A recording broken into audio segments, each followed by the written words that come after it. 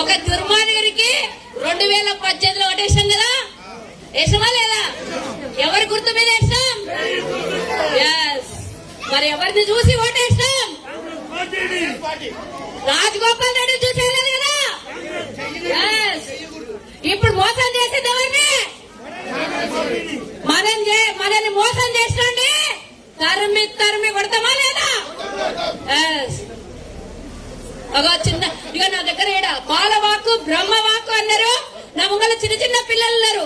ఎంతో ఉత్సాహంతోని ఎంతో ఆశతోని కాంగ్రెస్ జెండా మోస్తున్నారు చిన్న పిల్లలు కూడా. అంటే వాళ్ళ కాంగ్రెస్ మీద ఉన్నటువంటి ఎంత అభిమానం ఉందో మన కళ్ళకు కనబడుతుంది.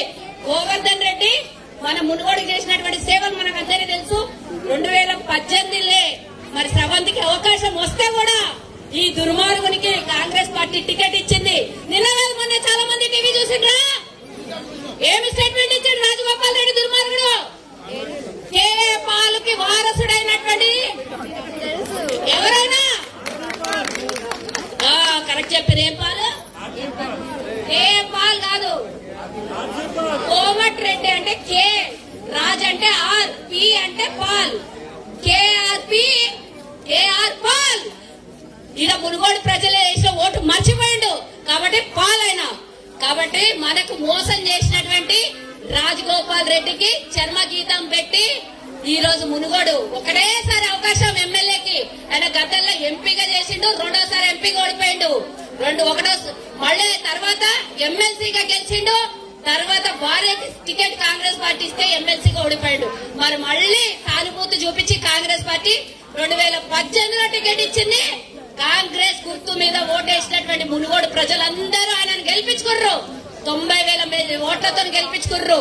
కాంగ్రెస్ గుర్తు మీద ఓటేసిండ్రు.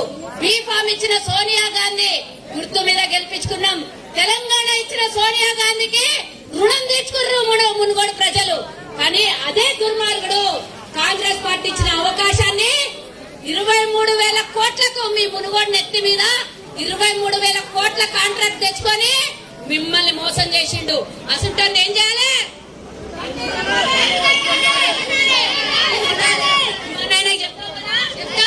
మీ చుట్టుపక్కల చెప్తాం కదా, ఓటేయకపోతే అమ్మ నాన్న చెయ్యి గుర్తు మీద తెలంగాణ ఇచ్చిన అమ్మ, నీకు కన్న మీ అమ్మ ఎంతనో తెలంగాణ ఇచ్చిన మా అమ్మ సోని అంతే అని చెప్తారు కదా. కాబట్టి భవిష్యత్తు ఇచ్చిన కాంగ్రెస్ పార్టీని మోసం చేసి ఈడ 2,30,000 ఓట్లున్నాయి కదా మునుగోడులో. మరి 23,000 కాంట్రాక్ట్ కి 23,000 కోట్లు కాంట్రాక్ట్ కి మీ నెత్తి మీద ఒక్కొక్కళ్ళ నెత్తి మీద 2 లక్షలు పెట్టి కాంట్రాక్ట్ తెచ్చుకున్నారు. ఎమ్మెల్యేనే చేయకపోతే బీజేపీ పార్టీ ఈ దుర్మార్గునికి 23,000 కోట్ల కాంట్రాక్ట్ ఇస్తుండేనా? మరి అదాని అంబానీ కాదని ఈ దుర్మార్గునికి ఈ రోజు కాంట్రాక్ట్ ఇచ్చింది. దేశాల్లో ఎక్కడ కూడా దోచుకునే పార్టీ బీజేపీ పార్టీ. ఎక్కడ కాంట్రాక్ట్ వచ్చినా దేశంలో మొత్తం అవినీతి. ఈరోజు దేశంలో అందరు పేదలు అవుతున్నారు, కానీ అదాని ఒక్కడు శ్రీమంతుడు ప్రపంచంలోనే అవుతుండు. ఆ జాబితాలో ఏడ కాంట్రాక్ట్ వచ్చినా అదానికే వస్తుంది, కానీ కేవలం తెలంగాణలో ఒకే ఒక్కరికి కాంట్రాక్ట్ వచ్చింది. అది ఎవడయ్యా అంటే మునుగోడు ప్రజల్ని చూపించి ఇగో 2,30,000 మంది నా మునుగోడు నియోజకవర్గంలో ఉన్నారని కాంట్రాక్ట్ తెచ్చుకుంటూ 2 రోజుల కింద వీడియో చూసుంటారు కదా. ఆయనది 6 నెలల నుంచి 6 నెలల కింద 18,000 కోట్ల కాంట్రాక్ట్ వచ్చిందని చెప్పినా లేదా ఈ మునుగోడు ప్రజల మీద? మరి అయితే 3 ఏళ్ల నుంచి బీజేపీకి వంతాసు పాడుతున్నా అని చెప్పిండు. ఇది కూడా నిజమేనా కాదా? మరి మునుగోడు ప్రజల ముంగలొచ్చి ఏం చెప్తుడు?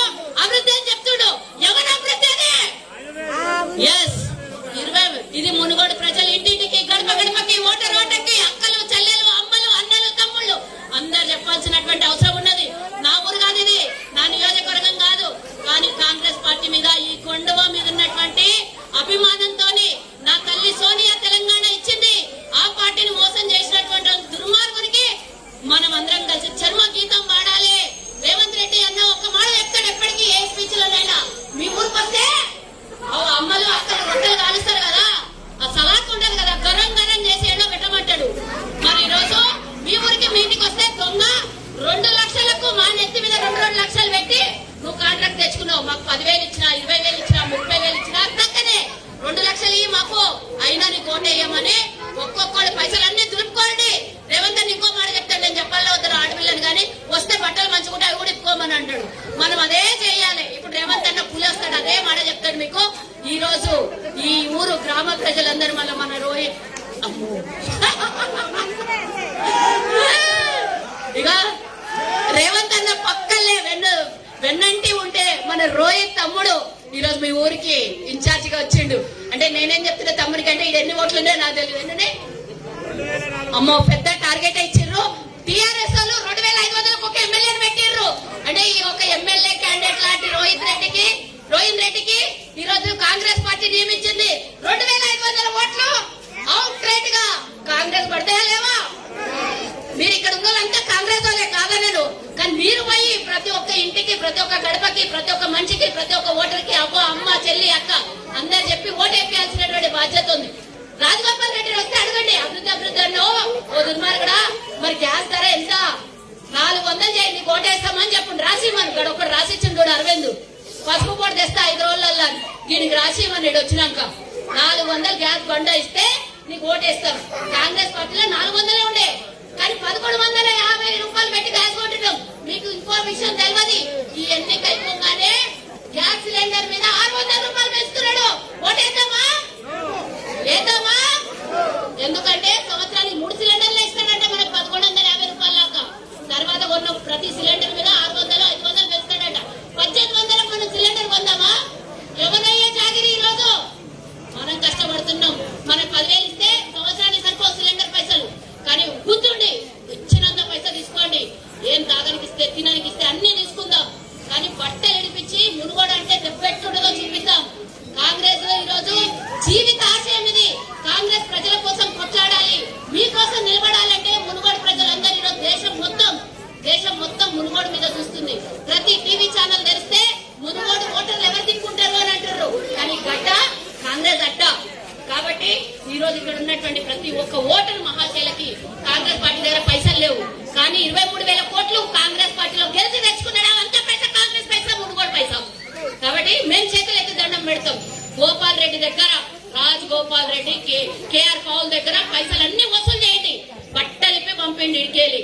ఈ రోజు 60 రూపాయలు ఉన్న పెట్రోల్ ధర 110 రూపాయలు చేసిండు. నీ కొడుకో నీ భర్తలో ఎవరో ఒకరు రోజు పొద్దుగా లేచి స్కూటర్ ఏదో దానికో పోతాడు కదా.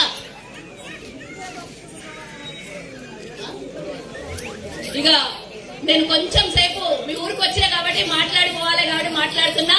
ఏది ఏమైనా ఆడబిడ్డలందరూ అత్యధిక శాతంలో ఆడబిడ్డలు ఉన్నారు మన నియోజకవర్గంలో. కాబట్టి మన ఆడబిడ్డ మన ఇంటికి వస్తే ఆడబిడ్డకు పసుపు కుంకుమలు ఇస్తాం కదా, ఆమె ఒక్క ఓటు అడుగుతుంది. దయచేసి కాంగ్రెస్ భవిష్యత్తు మునుగోడు మీద ఉంది. పాల్వాయి స్రవంతిని గెలిపించి ఒక్కసారి అసెంబ్లీలో కూర్చోబెడదాం. 2023లో తెలంగాణలో కాంగ్రెస్ పార్టీ గెలిచి చూపిస్తాం. మా బలము, మా ధైర్యము కాంగ్రెస్ పార్టీకి మునుగోడే. కాబట్టి కాంగ్రెస్ పార్టీని దయచేసి అందరూ పెద్దలకి దండం పెట్టి చిన్న పిల్లలకి వేడుకుంటున్నా.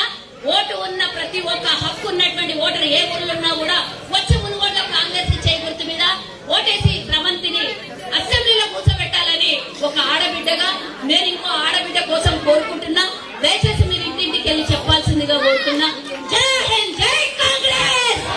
హాయ్ ఫ్రెండ్స్, మా టుడే టుమారో యూట్యూబ్ ఛానల్ చూస్తున్నందుకు చాలా థ్యాంక్స్. మరిన్ని లేటెస్ట్ వీడియోస్ కోసం వెంటనే సబ్స్క్రైబ్ చేయండి. అలాగే ఈ బెల్ ని కూడా రింగ్ చేసేయండి. మా నోటిఫికేషన్స్ అన్ని మీ మొబైల్లో వస్తాయి.